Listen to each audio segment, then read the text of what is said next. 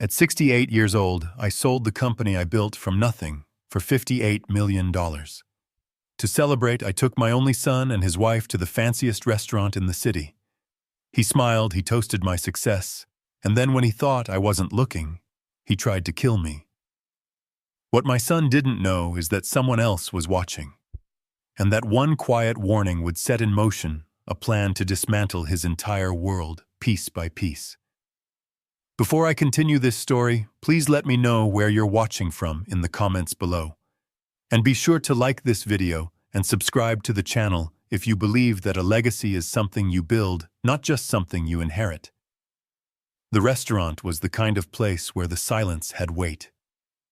It was broken only by the gentle clinking of silver on porcelain and the low murmur of conversations from people who never had to raise their voices to be heard. Across the starched white tablecloth, my son Kevin and his wife Brenda were performing. Their smiles were too bright, their praise too polished. They looked at me with an awe that felt rehearsed, like a scene they had practiced in the car on the way over. "58 million, Dad," Kevin said, shaking his head as if in disbelief. The crystal wine glass looked fragile in his hand. "Can you even wrap your head around that number? It's incredible, a true testament to your entire life." I simply nodded, taking a slow sip of my cranberry juice. I could feel the lie behind his words. It had a familiar taste, bitter and sharp.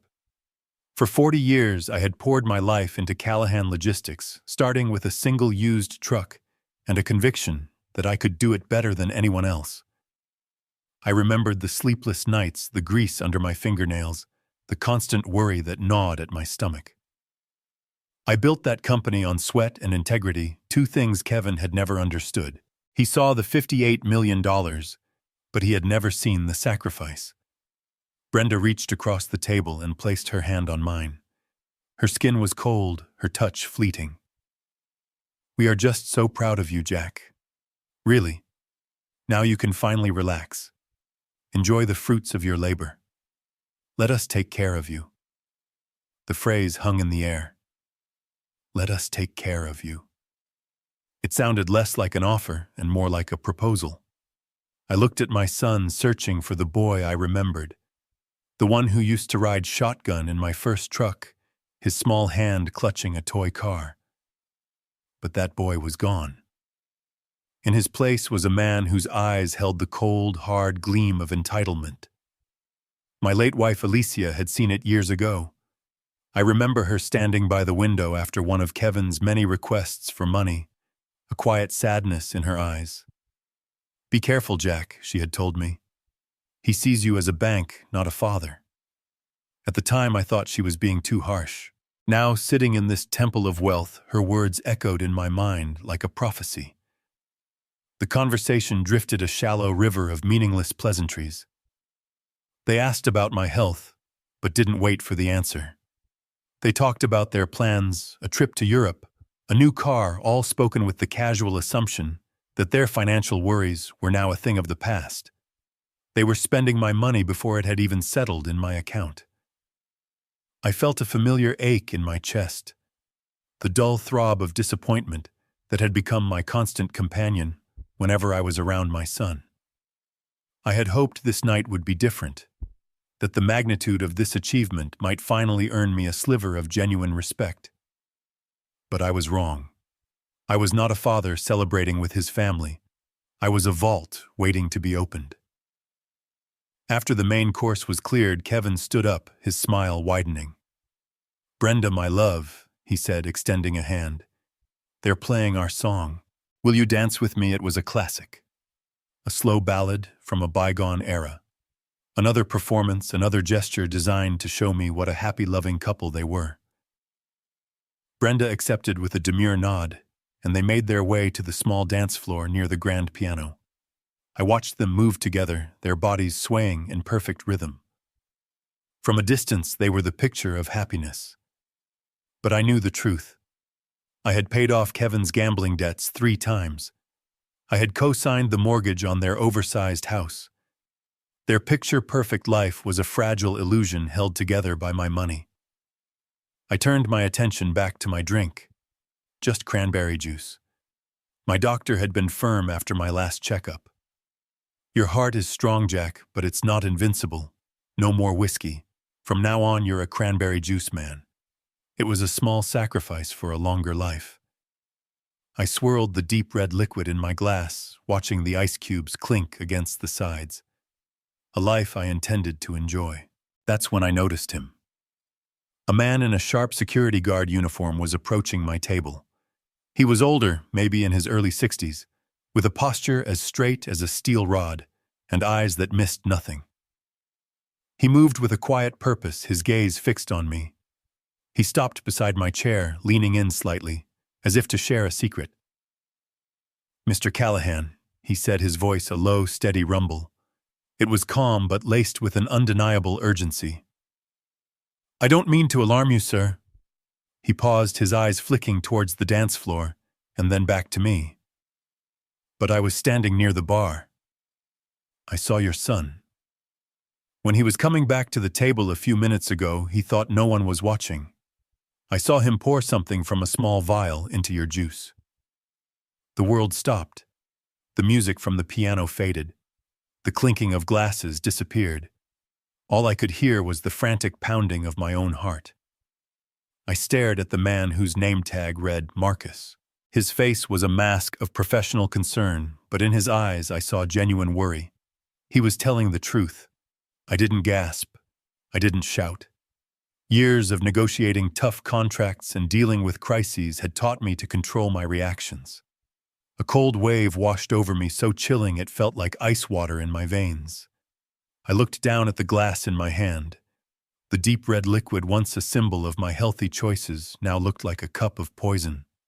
Every nerve in my body screamed at me to throw it against the wall, to confront my son, to cause a scene. But I did none of those things. I simply looked at Marcus, and a silent understanding passed between us. I gave him a single, almost imperceptible nod. It was all the confirmation he needed. He straightened up, gave a slight touch to the brim of his cap, and walked away, disappearing back into the shadows of the restaurant. My mind raced, connecting dots I had refused to see for years. Kevin's impatience, his constant questions about my will, his frustration when I told him I planned to live another 20 years. It wasn't just greed. It was something far darker. He didn't just want my money. He wanted me gone. The boy I had raised, the child I had loved, had just tried to murder me for his inheritance.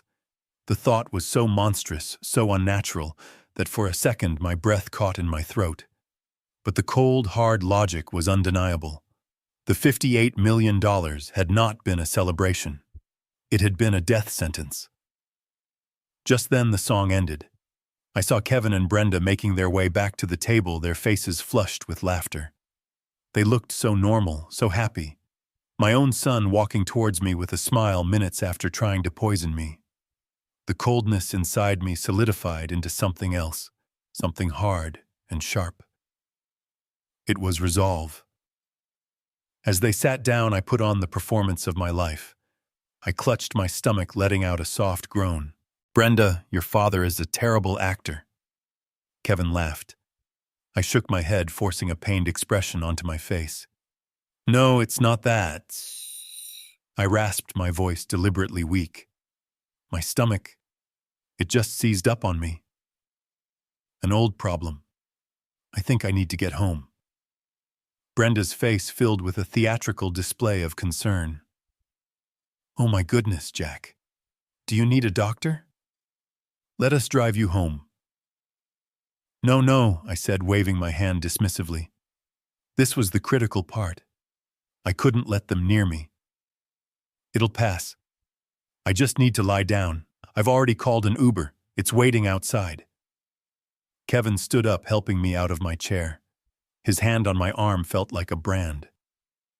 "Are you sure, Dad? We don't mind. I'm sure," I said firmly. I steadied myself against the table, and in that moment my hand brushed against the tall glass of cranberry juice.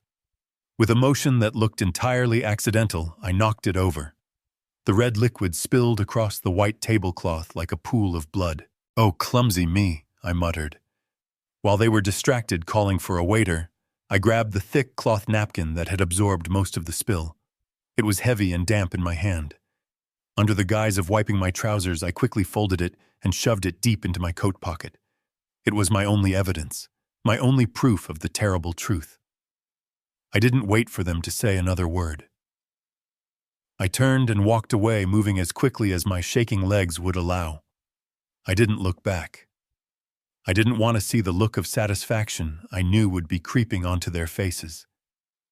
15 minutes later, I was in the back of a silent car, the city lights blurring into streaks of color through the window. My hand was still in my pocket, clutching the damp napkin. The sweet, cloying smell of cranberry filled the air. I didn't feel anger yet, or even sadness. That would come later. Right now, all I felt was a profound, chilling clarity. The trap had been set for me tonight. But as I held the proof in my hand, I knew they were the ones who were already caught. This was not the end. It was the beginning. The Uber dropped me off a few blocks from my house, disappearing into the river of late-night traffic. I stood for a moment under the orange glow of a streetlight, the damp folded napkin a heavy weight in my coat pocket. My home was just down the street, its warm lights a familiar beacon in the darkness. But I couldn't go there. Not yet. Home was a place of memories filled with the ghosts of a life I now realized was a carefully constructed lie. The photos on the mantelpiece, the family vacations, the birthdays, all of it felt tainted like a beautiful painting, now covered in a thin film of poison. To go home now would be to admit defeat, to let the grief and the shock overwhelm me. I couldn't afford that. Grief was a luxury. What I needed was certainty. I walked against the flow of the city, away from the quiet residential streets, and towards the harsh, impersonal lights of the downtown core. The night was alive with a different kind of energy here. Sirens wailed in the distance. The hum of the city was a constant, emotionless drone. It suited my mood perfectly. I needed sterility. I needed facts. I needed a place where truth was measured in parts per million, not in shades of love and betrayal. I knew a place, a private diagnostic lab tucked away in a medical building, one that advertised 24/7 service for wealthy clients who valued speed and discretion.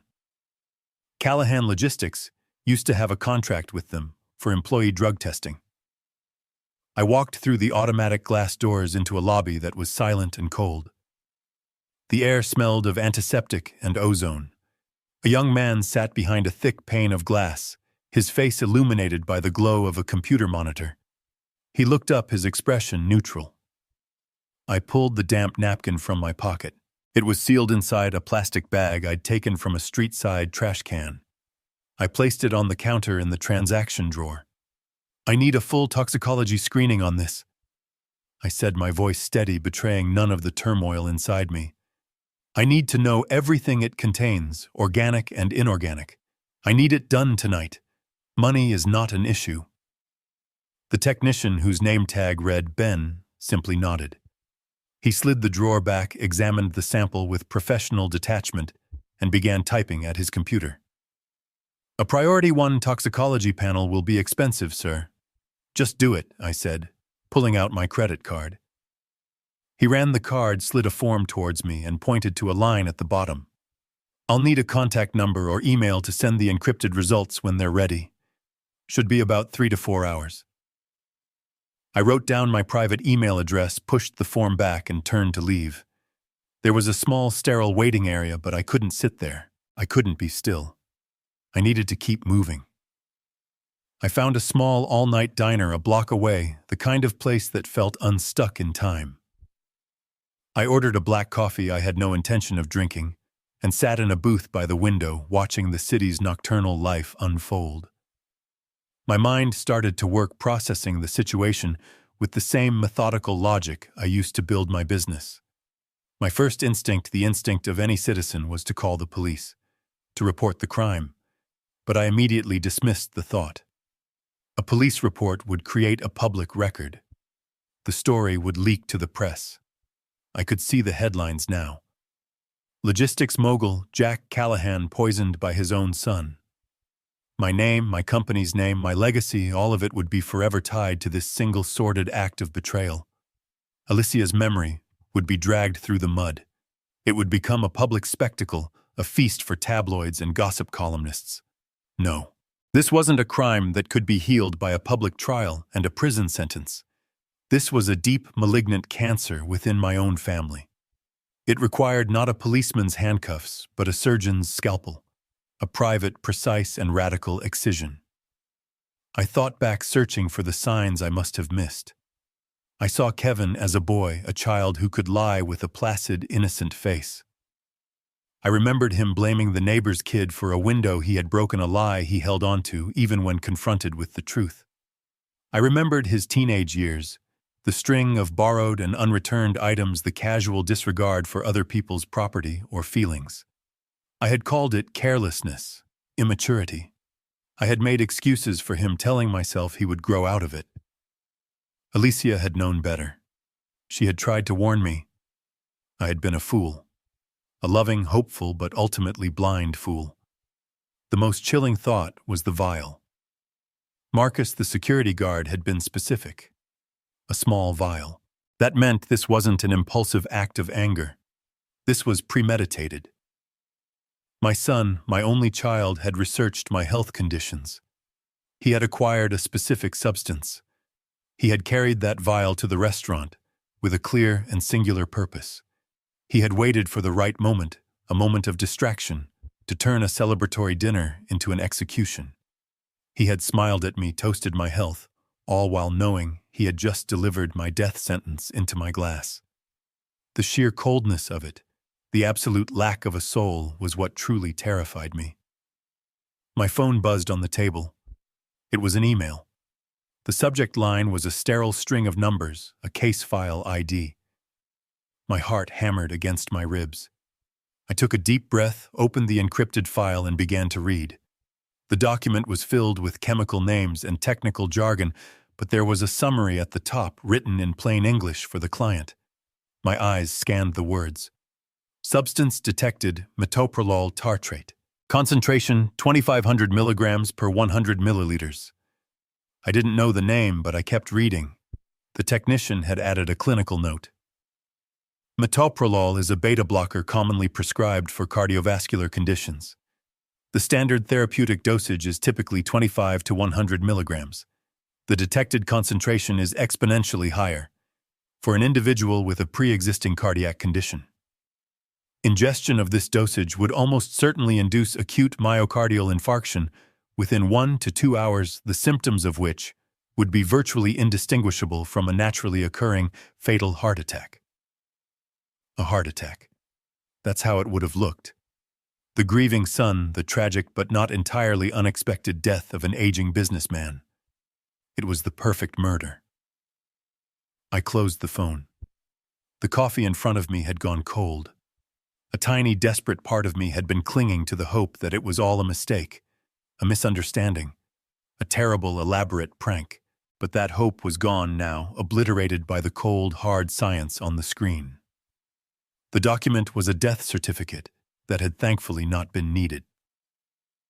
I looked out the diner window. The first hints of dawn were beginning to soften the edges of the city. A new day was beginning. I felt no anger, no rage. Those emotions were too hot, too chaotic. What I felt was a profound, icy calm. The kind of calm that comes when all uncertainty is stripped away and only the brutal, unavoidable truth remains. My son had tried to kill me, and now I knew exactly what I had to do. The time for grieving the son I had lost was over. It was time to deal with the monster he had become. I picked up my phone again, but I didn't dial 911. I dialed the private number of my lawyer, Cynthia Walsh. It was time to assemble my army. I left the diner and walked. The sky was turning from the deep, inky black of night to a bruised purple, the first sign of a dawn I felt completely disconnected from. The city was still mostly asleep, but my mind was wide awake, buzzing with a cold, electric energy. Every step on the pavement was deliberate. Every breath was measured. The shock had burned away, leaving behind a core of pure, unyielding resolve. I knew who I had to call. There was only one person I trusted to navigate the storm that was coming. I stopped on a quiet corner and dialed her private number from memory. It rang twice.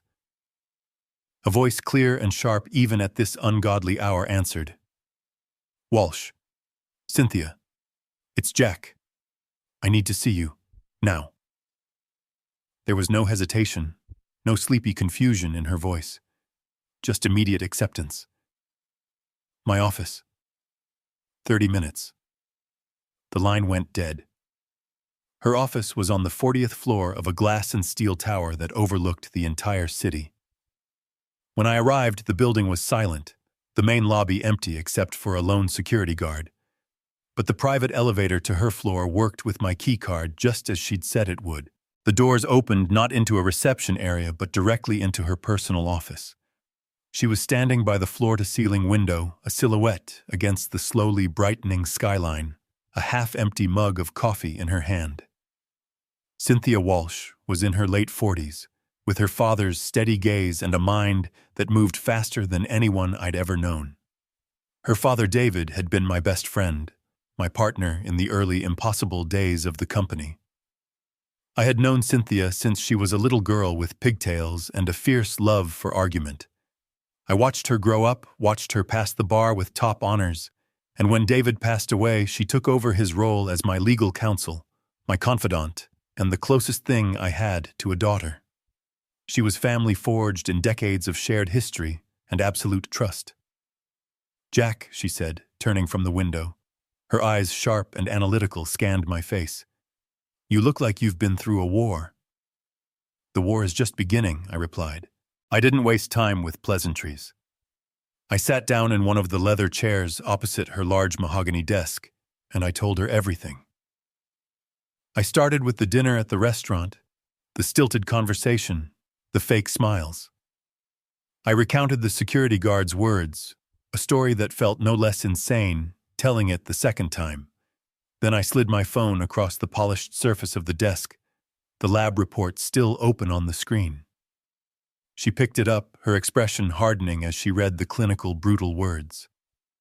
She placed the phone down gently, her knuckles white. She looked at me, and in her eyes I saw not just the outrage of a lawyer, but the personal fury of a loved one. "That son of a bitch," she whispered the words, a low, dangerous hiss.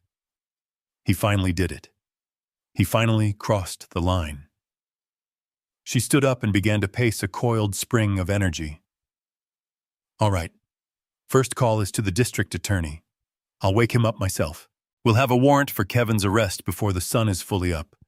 Attempted murder premeditated. With this lab report and the guard's testimony, it's an open and shut case." I held up a hand. "No." She stopped pacing and stared at me. "No, Jack. He tried to kill you." "And what happens then?" I asked, my voice quiet but firm. Headlines. A public trial. The Callahan name dragged through the mud for months, maybe years. Everything I built, everything Alicia and I stood for, reduced to a sordid true crime story. My legacy becomes my son, the murderer. Is that a victory, Cynthia? She was silent for a long moment, studying my face. She understood. This wasn't about what was legal. This was about what was right. "So what do you want?" she asked, her voice softening. "This isn't about punishment. It's about a correction. A permanent, irreversible adjustment of reality. Prison is too easy. It's an ending he doesn't deserve. I want to take away the one thing he was willing to kill for. I want to take away the money. All of it. I want him to wake up one day and realize that his entire world, the world he was so sure he was about to inherit, has vanished." A slow, dangerous smile touched Cynthia's lips. It was the same smile her father used to get when he was about to outmaneuver a competitor. "I see," she said. "This isn't a criminal case, this is a demolition. All right, Jack. If we're going to do this, we do it my way. We need more than this lab report. We need a complete picture. We need to know everything about them. Every dollar they owe, every friend they have, every secret they're keeping. We need to map out their entire life so we can find the precise points to apply pressure. She walked over to her laptop, her movements now filled with a fierce purpose. I know a firm, ex-FBI and former IRS agents. They're discreet as ghosts and they live for this kind of work. They can find out what brand of toothpaste Brenda uses from 3 states away. I'll have a team on them by sunrise. They will dig into every corner of Kevin and Brenda's lives. We'll have a full financial and personal workup within a week. I nodded. Good.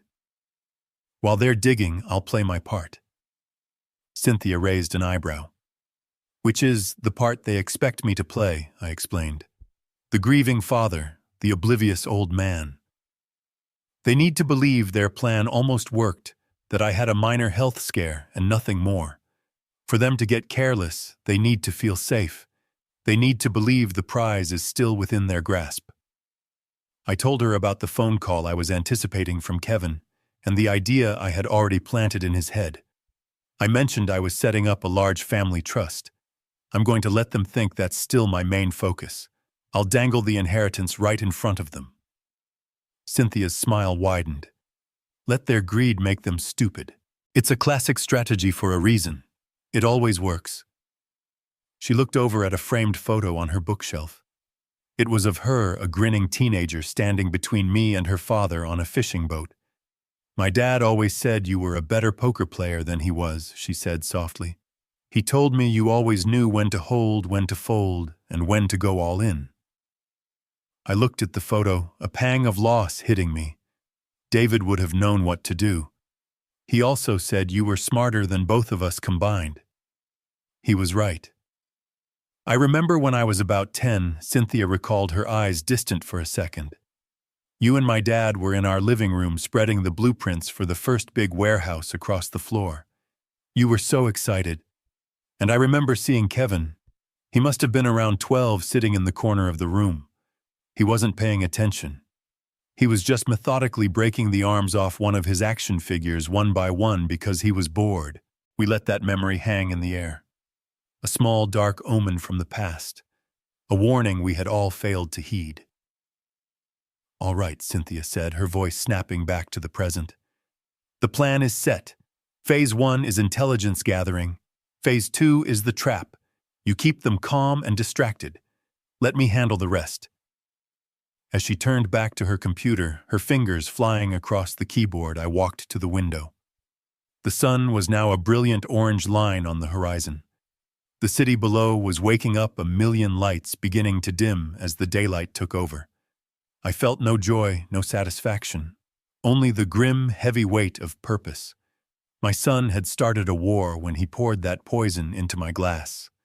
But here in this office, 40 floors above the sleeping world, his father and his god-sister were building the machine of his defeat. The sun was rising on the first day of the rest of his life, and he had no idea it was already over. I didn't have to wait long. The next morning, as I was sitting in my study with a cup of black coffee, my phone buzzed. The caller ID showed Kevin's name. I let it ring 4 times, a deliberate hesitation to mask the fact that I had been expecting this call with absolute certainty. Finally, I picked up, composing my voice to sound a little tired, a little frail. Hello, I said, my voice just a touch weaker than usual. Dad. Oh, thank God you answered. Kevin's voice on the other end was a symphony of manufactured concern. It was a masterful performance, I had to admit. He sounded breathless, frantic. I was so worried. Brenda and we didn't sleep a wink last night. We kept calling, but it just went to voicemail. Are you okay? What happened? Did you go to the hospital? I could hear the rapid-fire questions for what they were. Not an inquiry into my well-being, but a desperate search for information. He needed to know if his plan had failed or if it had been discovered. He was probing for any hint of suspicion. I leaned back in my chair, the worn leather creaking softly, and prepared to give him the answer he so desperately wanted to hear. Easy, son. I'm all right, I said, with a soft chuckle as if dismissing his worry. Just a bit of a scare, that's all. I saw my doctor this morning. I paused, letting him hang on the words. He said it was nothing more than a bad case of indigestion. All that rich food, the sauces. My stomach isn't what it used to be. The doctor said it can sometimes feel like the real thing, a lot of pressure in the chest. But he ran some tests. My heart is just fine. I could almost feel the wave of relief coming through the phone. A quiet exhale. The tension in his voice immediately slackened. He wasn't listening to my words. He was listening for the absence of suspicion, and he had found it. The story was plausible. It was simple. It made him innocent. Indigestion. Are you sure that's all it was? He pressed one last check to be certain. You left in such a hurry. You looked so pale. The doctor is sure, and so am I said, letting a note of finality into my tone. My body's not the well-oiled machine it once was, Kevin. I guess that's just something I have to get used to. I sighed, a long, weary sound I had practiced in my head. It was a sigh designed to sound like a man contemplating his own mortality, a man who would soon be thinking about his legacy. This was the moment. The perfect opening. You know, son, I began, my voice softer now, more reflective. That little episode last night, it really got me thinking. You get to my age and you realize that time isn't a guarantee. We need to make sure things are in order. What do you mean, Dad? He asked, a new edge to his voice. The fake worry was gone, replaced by a sharp, focused curiosity. I let a few seconds of silence pass, as if I was gathering my thoughts. I've been on the phone with Cynthia Walsh this morning, I said, dropping her name deliberately. The mention of my lawyer would give my next words the weight of legal authority. We've been discussing my estate. That sale, $58 million. It changes things. It complicates things. Right. Yeah, of course, Kevin said quickly, his voice now dripping with anticipation. And I've decided, I said, delivering the bait with perfect casual precision, that the best way to handle it is to set up a significant family trust. A very large one. I want to make sure that you and Brenda are taken care of. Properly. I want to ensure that this money is a blessing for our family for generations to come, not a burden. Cynthia is drawing up the papers as we speak. Silence. For a full 5 seconds, there was absolute silence on the other end of the line. I could hear the gears turning in his head. I could almost feel the greed overwhelming every other thought, every other fear. The failed murder attempt. The close call, the lingering anxiety, it all evaporated in an instant, replaced by the dazzling, beautiful promise of a legally binding ironclad fortune. A trust, he finally stammered, his voice thick with barely concealed excitement. Dad, that's incredible. You don't have to do that. We're fine. His protest was so weak, so transparent, it was almost laughable. It was the polite refusal of a man who had just been handed the keys to the kingdom. And there it was. The hook was set. The line went taut. The fish had taken the bait, the lure, the sinker, everything. Nonsense, I said, warmly, playing the part of the benevolent patriarch. You're my only son. Who else would I do this for? This is my legacy. Securing your future. That's all that matters to me now. I don't know what to say, he said, and for the first time I believe he was telling the truth. His mind was so full of dollar signs that he couldn't form a coherent thought. He was already spending the money. He was already living in the future he had been willing to kill for a future he now believed was being handed to him on a silver platter. Don't say anything, I said, my voice gentle. Just stay close. Cynthia will need you and Brenda to come in and sign some preliminary documents in a week or so. We'll talk more then. For now, I need to rest. This old man is more tired than he thought. Of course, Dad. You rest.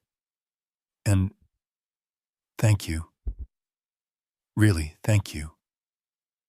I hung up the phone and placed it softly on the desk. The silence of the study rushed back in. I stared at the dark screen, my reflection a faint ghost on its surface. I felt no joy, no triumph, just a grim, chilling satisfaction. The performance was a success. I had used his own monstrous greed as a weapon against him, and it had worked perfectly. He was now a willing, even eager participant in my plan. He felt safe. He felt victorious. He would be looking for a pen to sign his name, not for shadows in the corners.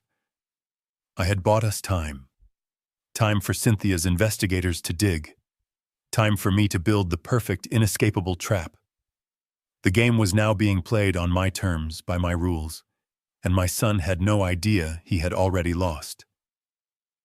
A week passed. It was the quietest, most disciplined week of my life. I went about my days with a deliberate, almost meditative calm. I answered Kevin's calls, which came daily, now filled with a cloying, sycophantic warmth.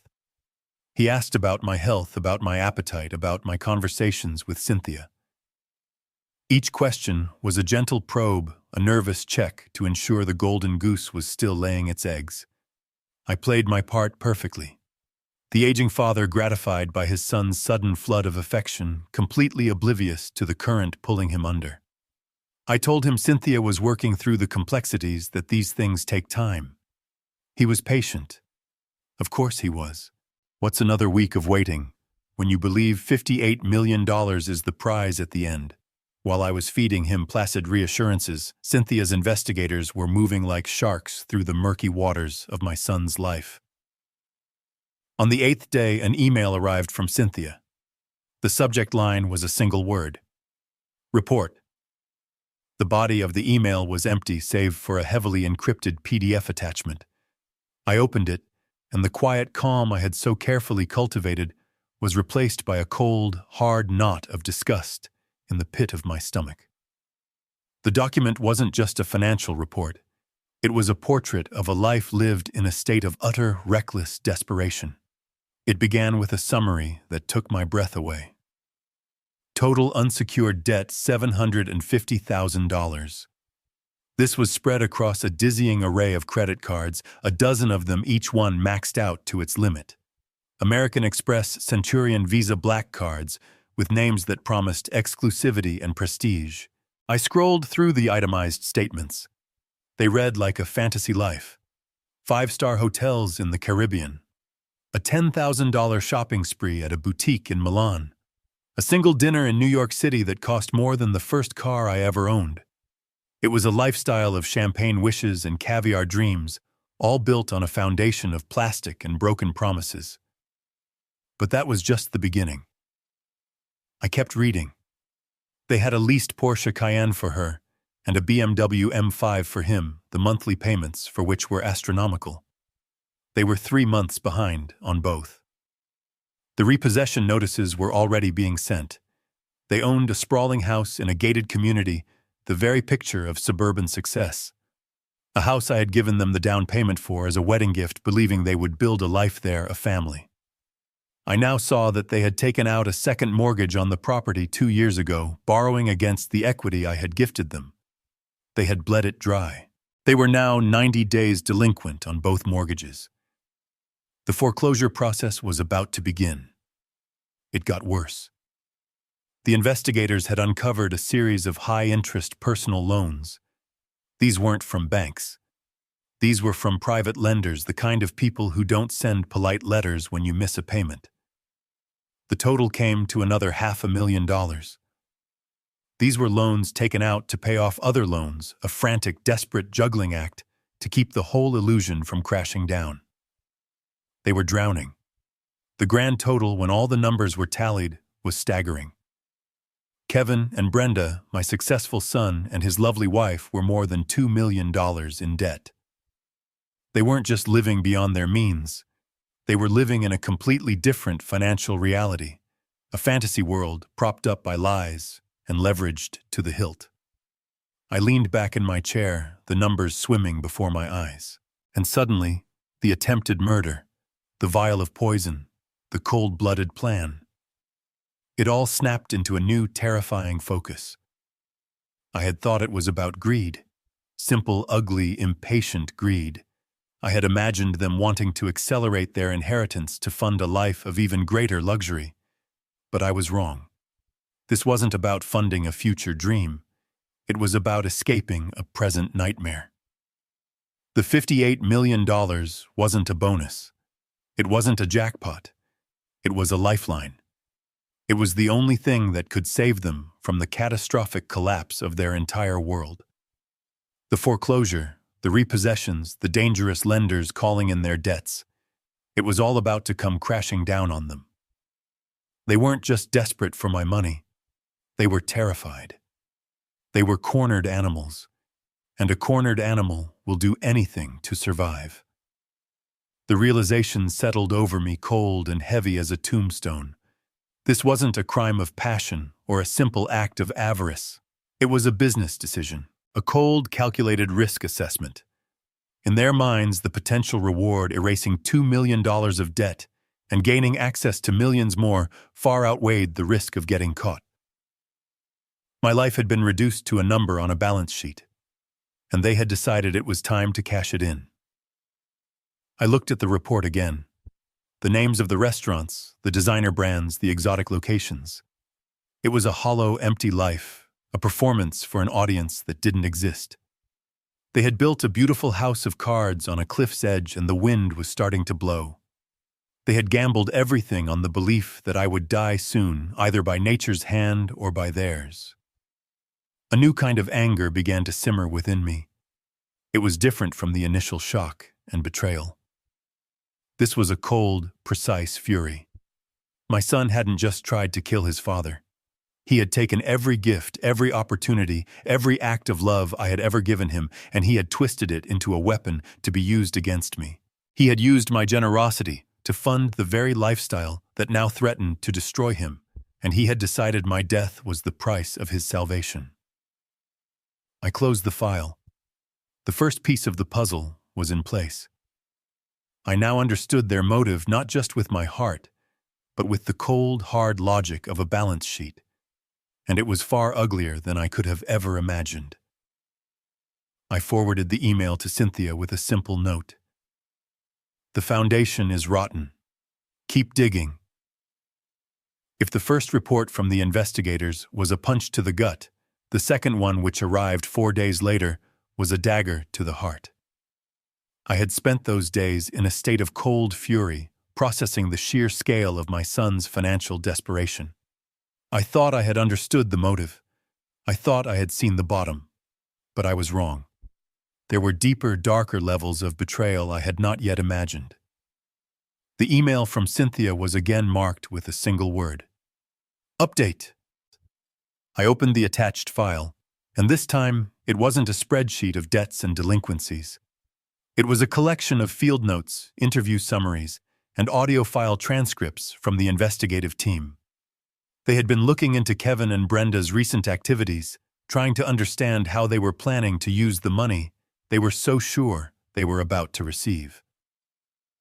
My eyes fell on the names of several high-end art galleries in New York, Boston, and Chicago. I felt a knot of confusion. What did any of this have to do with them, then? I saw the name of the first contact. Brenda Callahan. I began to read the transcript of a phone call recorded legally by an investigator posing as a gallery assistant. Brenda's voice, as described in the notes, was smooth-cultured and filled with a carefully rehearsed somberness. Yes, my name is Brenda Callahan, the transcript read. My father-in-law is Jack Callahan. You may know of his company, Callahan Logistics. She would pause, letting the name and the implied wealth settle in.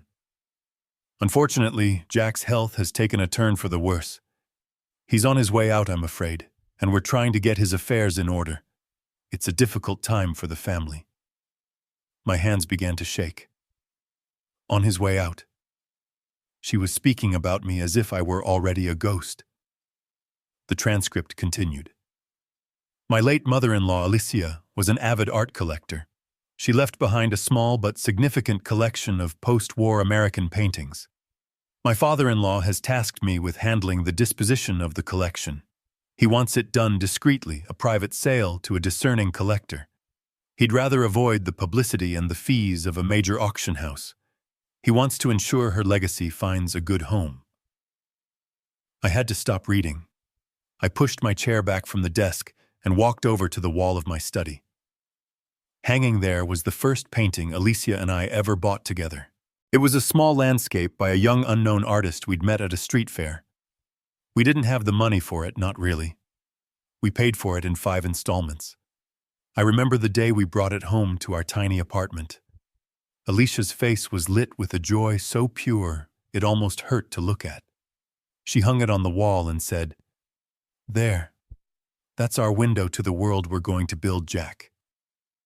My gaze drifted to another painting, a large, chaotic, abstract canvas of vibrant blues and fiery oranges. She had bought it the week she was declared cancer-free after her first long, brutal battle with the disease. "This is what recovery feels like," she had told me, her hand in mine. A beautiful, terrifying, wonderful mess. Each painting on my walls was a chapter of our life together. The collection wasn't an investment. It wasn't an asset. It was Alicia's soul rendered in oil and acrylic. She didn't just collect art. She collected feelings, moments, triumphs, and sorrows. Her spirit lived in the brushstrokes, in the colors, in the very fabric of the canvases. I returned to the desk and forced myself to keep reading. The report detailed how Brenda had sent high-resolution photographs of the paintings to the galleries. Photographs taken with her phone surreptitiously during the visits she had made to my house over the past few months.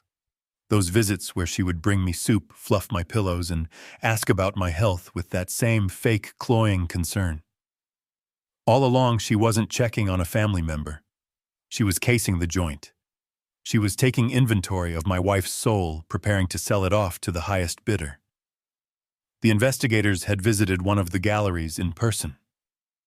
The gallery owner recalled his conversation with Brenda.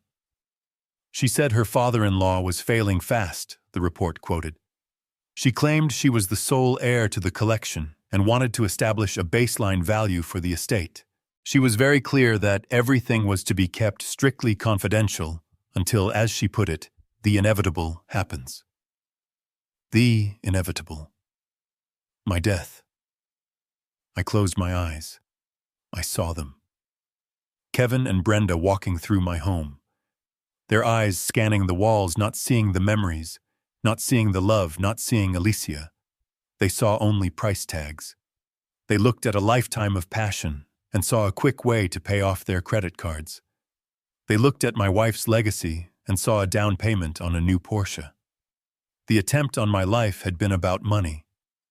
My money. That was a betrayal I was beginning to comprehend on a logical level.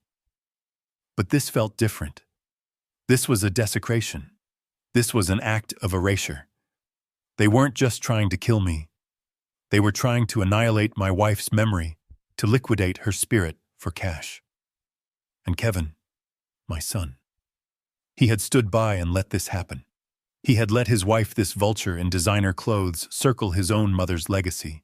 He was complicit in every lie, in every whispered insinuation about my failing health. This was a betrayal so profound, so monstrous, it eclipsed everything else. He wasn't just stealing from his father. He was robbing his own mother's grave. The cold, analytical anger I had felt over their debts was now consumed by a white-hot, righteous fury. This was no longer a strategic game of chess. This was a holy war. The $58 million was just money. It was paper. But Alicia's collection, that was sacred, and they had dared to defile it. I looked at the last painting she had ever bought, a serene, almost ethereal seascape that hung opposite my desk. She could sit and look at it for hours. "It's so peaceful, Jack," she used to say. "It feels like coming home." My resolve hardened into something akin to tempered steel. The man who had sat in the diner, the father who had grieved for his lost son, was gone. The part of me that had hoped for some explanation, some sliver of redemption for Kevin, died in that moment. You can't redeem a soul that has already been sold. I picked up the phone and called Cynthia. She answered on the first ring. "I got the report," I said. My voice was different now. All the weakness, all the feigned frailty was gone.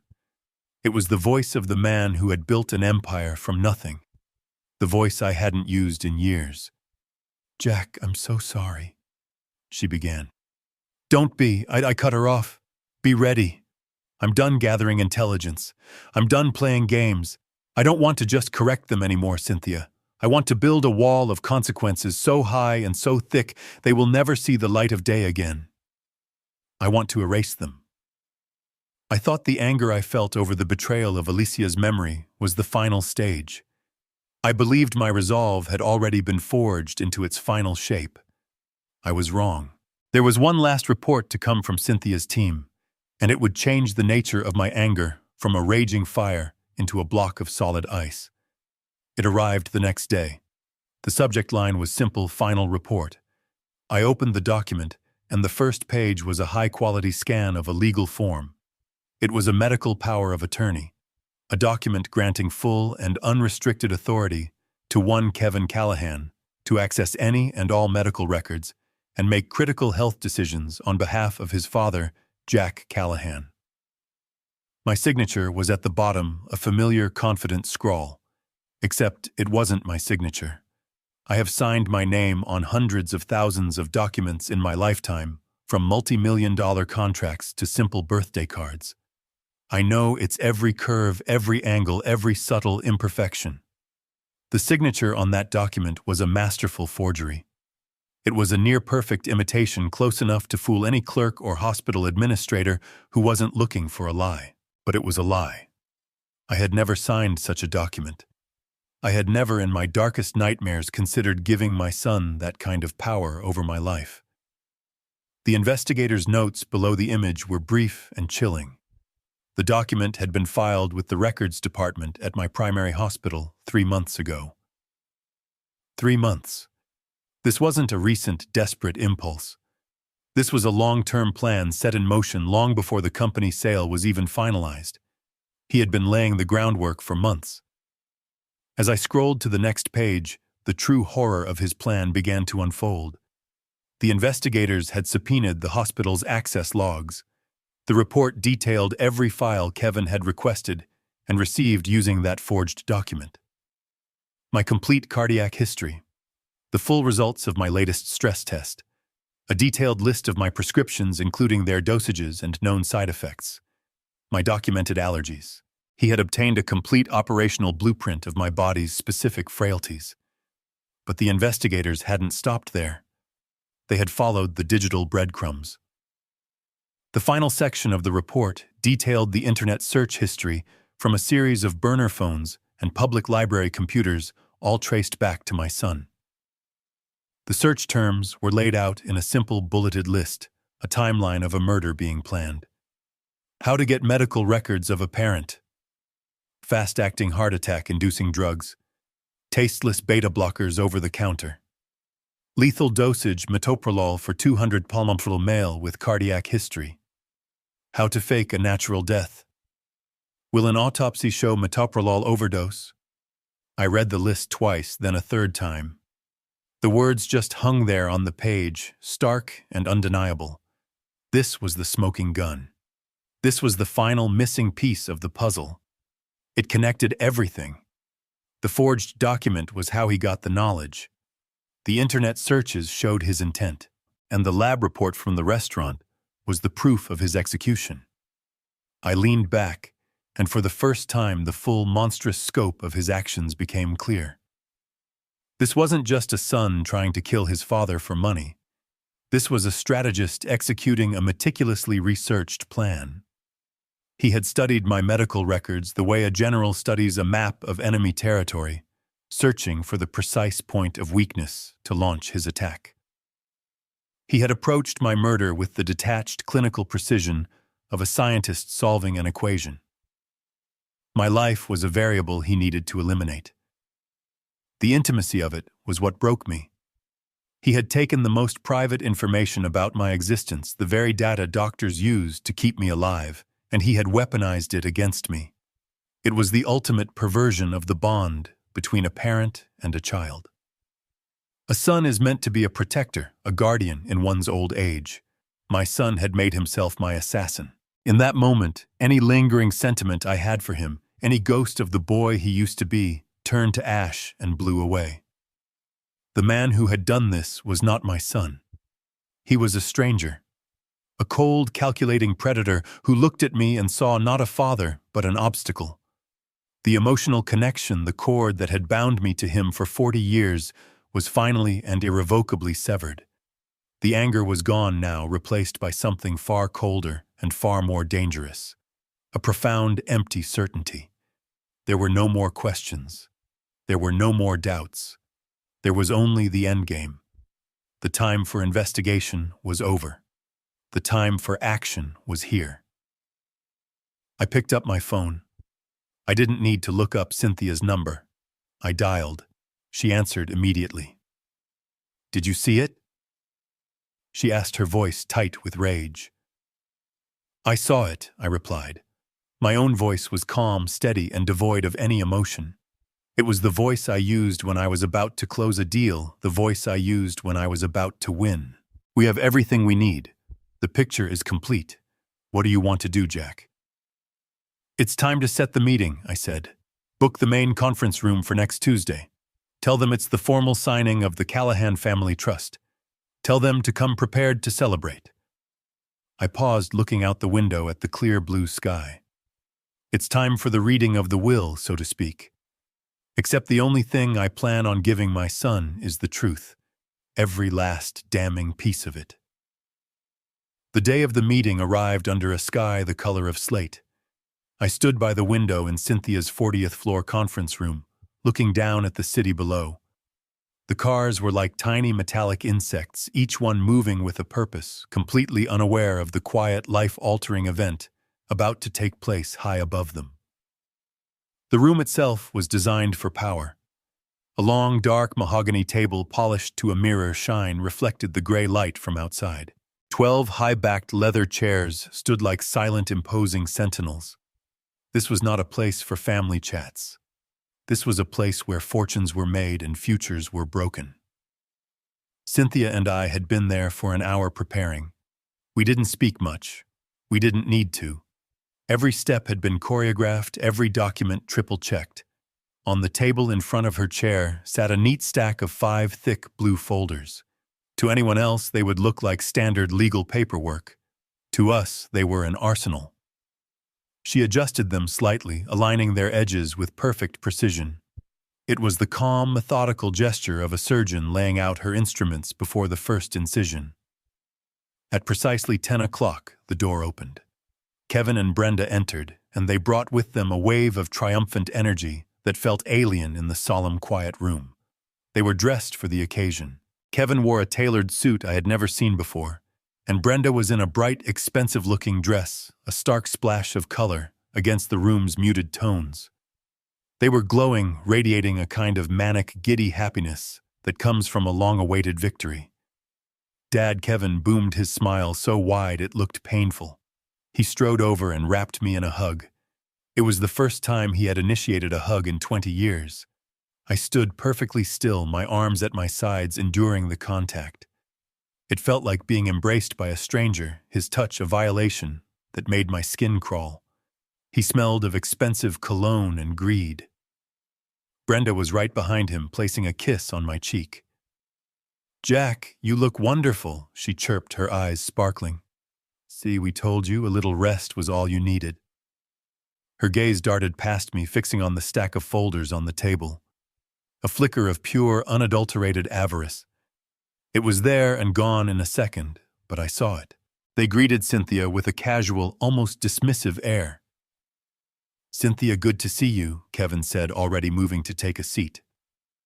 To them, she was merely the help, the legal functionary processing their windfall. They had no idea they were looking at the architect of their ruin. They sat on the opposite side of the table, a perfect picture of a happy couple about to become fabulously wealthy. They held hands, their fingers intertwined. Brenda couldn't stop smiling, her eyes continuously flicking between my face and the blue folders. Kevin leaned back in his chair, affecting an air of casual command, as if this room, this table, this fortune was already his. So he said, rubbing his hands together, "The big day. The signing of the Callahan Family Trust. It has a nice ring to it, doesn't it, honey?" "It sounds like a legacy," Brenda replied, her voice soft and reverent. I watched them, a scientist observing a specimen under a microscope.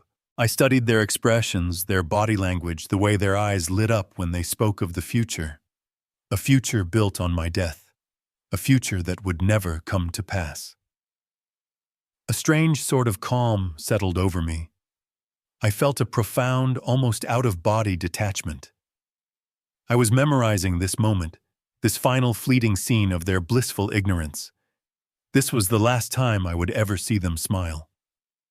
Cynthia, ever the professional, offered them coffee or water. They both accepted water, their excitement making them thirsty. As the assistant poured, Kevin was already talking about plans.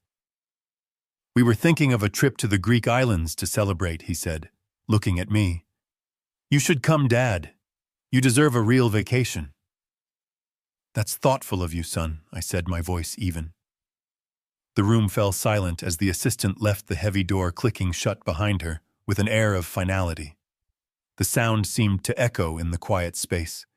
It was the sound of a lock turning, the sound of the trap being sprung. Cynthia sat down, her posture perfect, her expression unreadable.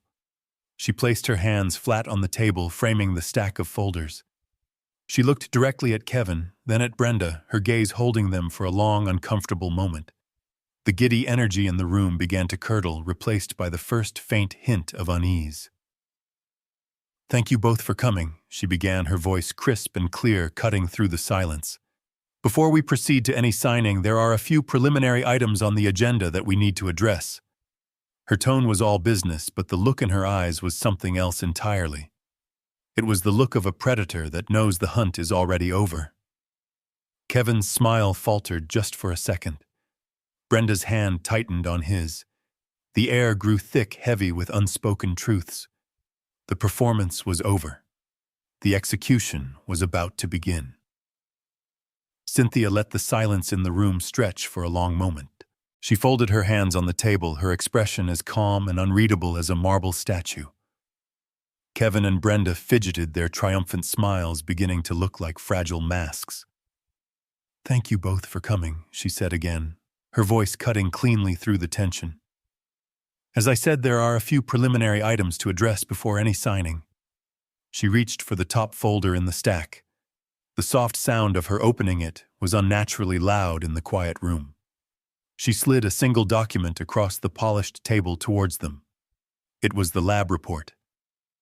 "Item 1, Cynthia stated, her voice devoid of emotion. "This is a toxicology report from a certified private laboratory conducted on a sample retrieved from your father's table at the Grandview restaurant 2 weeks ago." Kevin's eyes darted down to the paper. His face went rigid. Cynthia didn't need to let him read it. She already knew the contents by heart. It details a concentration of metoprolol tartrate, approximately 25 times the standard therapeutic dose. A dosage the lab notes would be, and I quote, "virtually certain to induce a fatal myocardial infarction in a patient with Mr. Callahan's known cardiac history." Brenda stared at the paper, then at her husband, confusion warring with dawning horror on her face. Kevin didn't look at her. He couldn't. He just stared at the damning words in black and white. Before either of them could speak, Cynthia had already opened the second folder. "Item 2, she announced, sliding a thick financial statement across the table to land beside the first. "This is a full workup of your current financial situation. A consolidated summary of all assets and liabilities." She paused, letting them absorb the title page. "It details 2 delinquent mortgages, multiple pending vehicle repossessions, and a combined unsecured debt of $2,340,000. It also notes that foreclosure proceedings on your home were scheduled to begin next month." The color drained from Brenda's face. The last of her joyful glow was extinguished, replaced by a pasty, sickly pallor. Her hand, which had been resting on Kevin's, recoiled as if she'd been burned. The fantasy had evaporated. The ugly reality was now sitting on the table between them. I don't understand, Brenda stammered, looking at me. What is this? Cynthia ignored her. She was already opening the third folder. Item 3. This is a transcript of a phone call placed by you, Mrs. Callahan, to the Halloway Art Gallery in New York. Cynthia's eyes, cold and sharp as chips of ice, locked onto Brenda's. She read from the page in a flat monotone. My father-in-law, Jack Callahan. His health has taken a turn for the worse. He's on his way out, I'm afraid. He's tasked me with handling the disposition of the collection quietly. Kevin finally looked at his wife, his expression a mixture of disbelief and accusation. He had known about the debt, but I could see this was new to him. This was her own private betrayal. And finally, Cynthia said, her voice dropping, Item 4. She opened the last folder and slid the contents onto the growing pile of evidence. A copy of a forged medical power of attorney filed with Northwood General Hospital 3 months ago, and a corresponding log of internet searches conducted from burner phones for phrases including, but not limited to, lethal dosage metoprolol and how to fake a natural death. That was it. The final piece. The room was utterly silent. There was no breathing, no movement. It was the silence of a tomb. Kevin and Brenda were no longer people. They were statues of terror, their faces frozen in expressions of pure, abject horror. The beautiful future they had been celebrating just minutes ago had been systematically and brutally dismantled before their very eyes. Brenda found her voice first, a weak, trembling whisper. This is a mistake. I didn't. That's when I spoke. My voice wasn't angry. It wasn't loud. It was filled with a weariness so profound, it seemed to suck all the air out of the room. I looked directly at my son. There will be no family trust, Kevin. The finality in my words hit them like a physical blow. The last desperate flicker of hope in their eyes died. Cynthia took her cue. Your father is correct, she said, her professional tone returning. There is no trust for you to sign, because the disposition of the $58 million has already been finalized. She let that statement hang in the air for a moment. The entire sum has been transferred into a newly created, irrevocable charitable trust. It is called the Alicia Callahan Foundation. I watched their faces as Cynthia continued twisting the knife with cold legal precision. The Foundation's charter is to provide grants to emerging young artists and to fund animal sanctuaries and wildlife preservation efforts, the two causes your mother cared about most in this world. She looked from one to the other. The papers were signed and legally recorded last week. The Foundation is already operational. You have no access. You have no control. You will not see one single cent. The collapse was total. Brenda let out a sound, a half-sob, half-gasp. Kevin just sat there, broken, his world demolished. And then I laid out their future. You have two choices, I said, my voice as calm and steady as a surgeon's hand. They are the only two choices you have left in this world, so I suggest you listen carefully. Option 1. We end this meeting right now. Cynthia will place a call to the district attorney to whom she has a very close working relationship. This entire collection of evidence will be on his desk within the hour. You will be arrested and charged with conspiracy fraud and attempted murder. The evidence is overwhelming. You will both be convicted. You will spend decades in prison. Your lives as you know them will be over. I let them picture it. The handcuffs, the trial, the cell. Or I continued, there is option 2. Cynthia slid a single thick document across the table, followed by a pen. You sign this. It is a legally binding and irrevocable agreement. In it, you will relinquish any and all future claims to my estate, or the estate of your mother. You will sign over the deed to your house, the mortgages for which have been paid in full by a holding company, and the title now controlled by the foundation to the Alicia Callahan Foundation. You will pack a single suitcase each, and you will walk out of this office and out of my life forever. You will never contact me or anyone associated with me ever again. In return, I will not press charges. This evidence, I said, gesturing to the pile on the table, will be placed in a secure vault held in escrow by this firm. If you ever violate the terms of this agreement in any way, it will be delivered to the authorities immediately. You will have your freedom, but you will have nothing else. You will start over from zero with nothing but the clothes on your backs. I leaned back in my chair.